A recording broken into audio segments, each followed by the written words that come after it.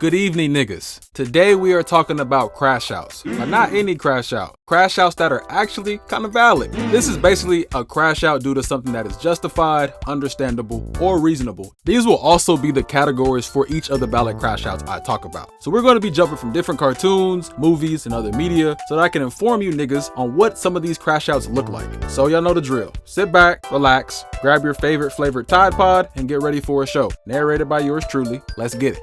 So for my first example of a reasonable crash out, we will be jumping into the world of regular show.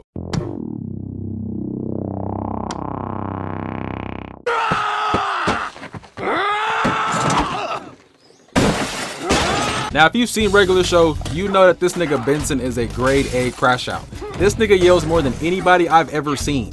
And a lot of people say he's a bad boss and that he has anger problems, but if you look at the shit he goes through on a daily basis, I don't know how anyone would be able to keep their cool.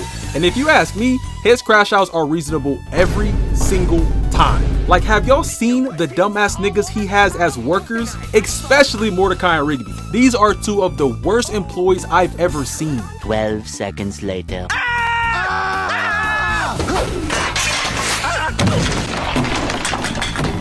They will have a job as simple as folding clothes, and 5 minutes later, the whole group will end up on another planet battling some ancient god for their souls. And when the shit is all over, these niggas just start singing and joking around. There was this episode where they just kept doing shit terribly wrong. They were trying to water the plants, but didn't want to get the water hose because they were too lazy. And they decided to use Diet Coke to water the plants.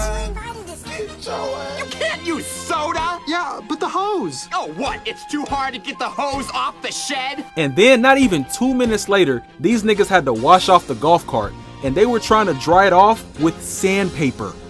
What is this? Sandpaper? You're scratching up the whole thing! These niggas are a special breed of idiot.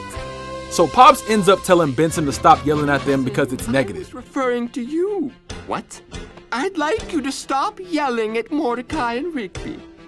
Is this nigga serious? And immediately as he goes outside, Mordecai and Rigby are just sitting there, still not doing what they're told to do. Guys are still not done. Yeah, exactly. But when you turn it on... Sorry. Get out of my sight! He then tries to go search up anger management courses online, and after that, he walks downstairs and these niggas tore up the entire house. And you wanna know what they were looking for? The keys to the golf cart that they were just using. He ends up calming himself down by counting to 100 and goes on a walk. And by the time he's done counting, he sees Mordecai and Rigby painting the shed. And these niggas not only have a huge mess on the grass, But wait! There's more! the way these niggas decide to paint the walls is by painting their entire body and running into the wall. This nigga Mordecai ends up breaking a damn hole in the wall. And to make shit worse, when Benson starts counting down to calm down, they start counting with Benson. 89, 90, 91, 92, 93, 94, 95, 96. And by the end of the episode, this nigga Benson ends up going Super Saiyan, and Pops finally lets him yell at Mordecai and Rigby, and he unleashes all his pent-up anger. If you don't yell at Mordecai and Rigby right now, you're fired!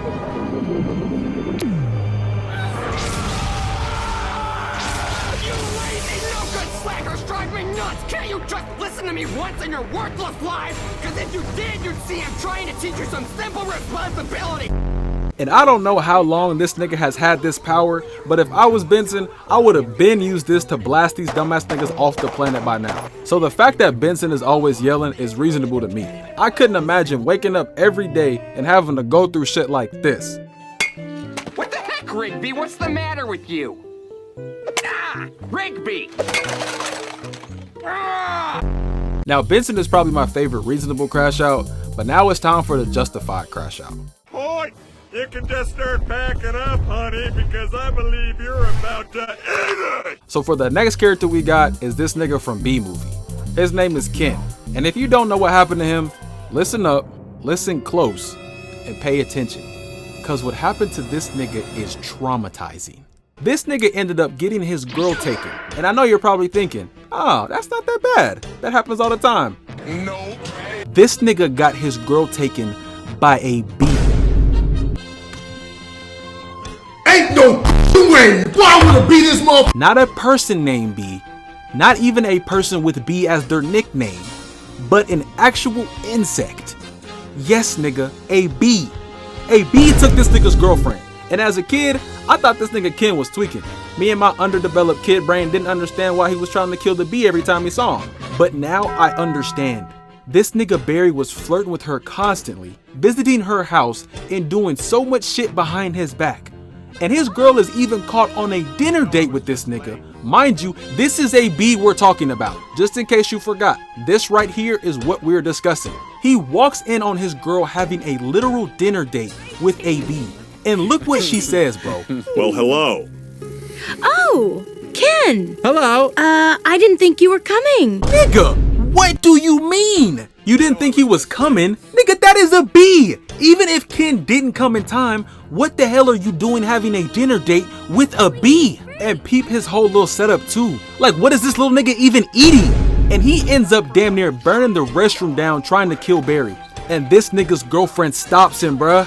Then she says the most outrageous shit after. And he happens to be the nicest bee I've met in a long time. And he happens to be the nicest bee I've met in a long time. And this ain't the first time she saved this nigga either. Don't kill him. You know I'm allergic to them. This thing could kill me. I forgot to mention, Ken is allergic to bees. I feel so bad for Ken. Getting your girl stolen is already traumatizing enough. I mean, I can't relate. I'm usually on the other side of these situations, if you get what I'm saying. Boy, if you don't get... But I'd imagine it's a terrible feeling by a literal bee. Like, that is insane. I hope Ken is doing good wherever he is now, because his crash outs in this movie are 100% justifiable, for sure. Yogurt night's so difficult. If I was Ken, I would have done unspeakable things to that nigga Barry. Next, we have the understandable crash out. Who will strike first and brand themselves a cold-blooded killer?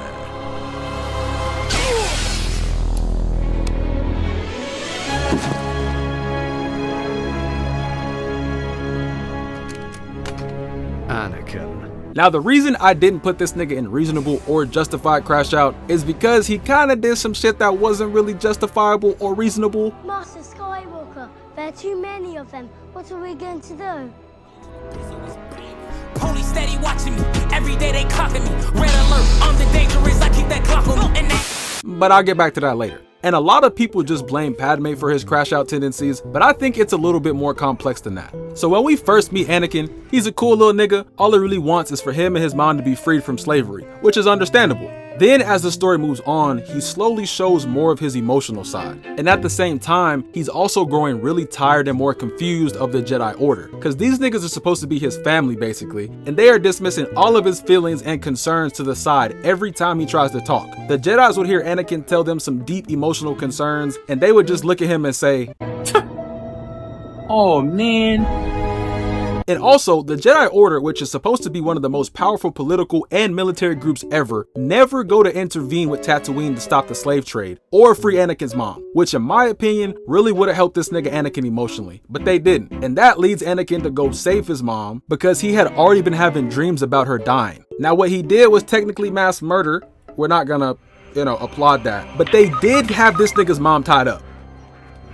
But you know when the Jedi did intervene with Tatooine? When this nigga Jabba the Hutt's ugly ass son got kidnapped. Then the Jedi felt the need to go handle that, which is really wild because Jabba is literally in charge of the slave trade that enslaved Anakin and his mom for years. And the Jedi who were supposed to be on Anakin's side go to help what is essentially his slave master. See? At this point, I'm on his side in terms of crashing out. Another thing we see a lot of is Anakin loves hard and gets attached to people who show him any form of real respect or genuine love. This is why he really likes people like Ahsoka, Padme, and Obi-Wan so much. And this nigga is willing to risk his life to save these same niggas too. He got his whole hand cut off just to save Obi-Wan's life. I would have had to just let my friend get slimed out. I ain't losing my arm. I need it for stuff. Nothing like particular, but I just need it, Yeah.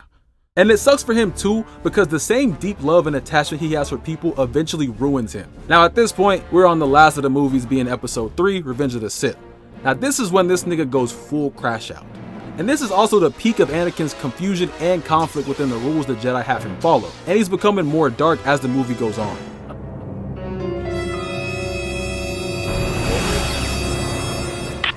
While this is happening, he's having dreams of his girl dying in childbirth. And even though he isn't happy with the Jedi at this point, he still leans on them and tries to talk about his feelings to Master Yoda. And this nigga Yoda was not giving any advice that Anakin wanted. Basically, all Yoda said was, "Hey yo, hey, niggas get shot every day, B. You be aight, nigga. You tough, right?"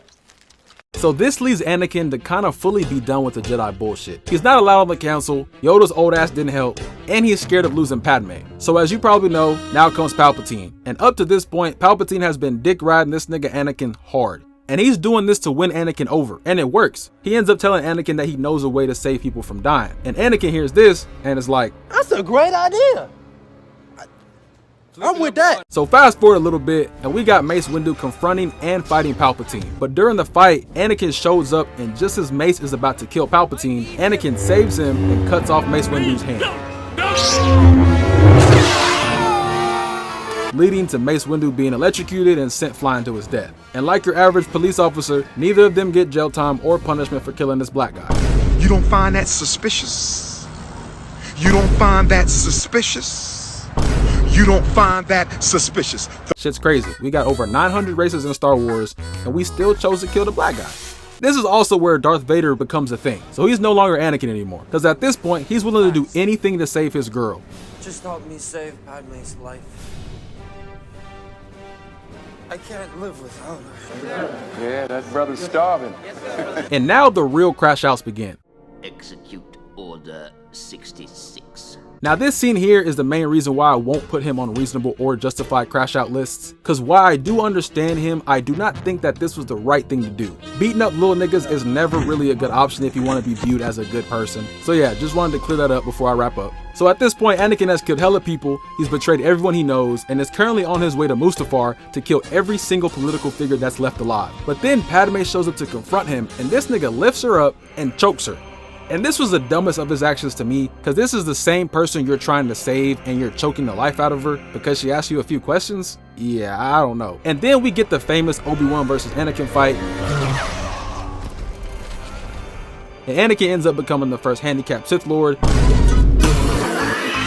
And also ends up losing everything he loved because he crashed out. And like I said in the beginning, I understand why he crashed out over all this. He was mistreated from day one all the way till now, and I don't condone his actions at all, but in terms of understanding why, I do understand.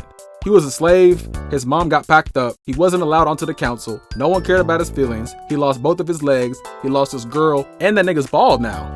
Any of these things would have turned me into a crash out. But yeah, that was the final crash out for today's video. This one was a little bit longer than the rest because Anakin is one of my favorite characters, so I had to yap a bit longer than the rest. And I actually enjoyed making this, so I might run it back for a part 2 or do a series maybe. Y'all let me know what y'all think. But I'm tired of talking to y'all niggas. Cue my outro music. It to a banger. Running around till the lights come on. Yeah. Should've listened to my mama. Should've listened to my papa. But now I'm grown, I gotta solve it. Running around till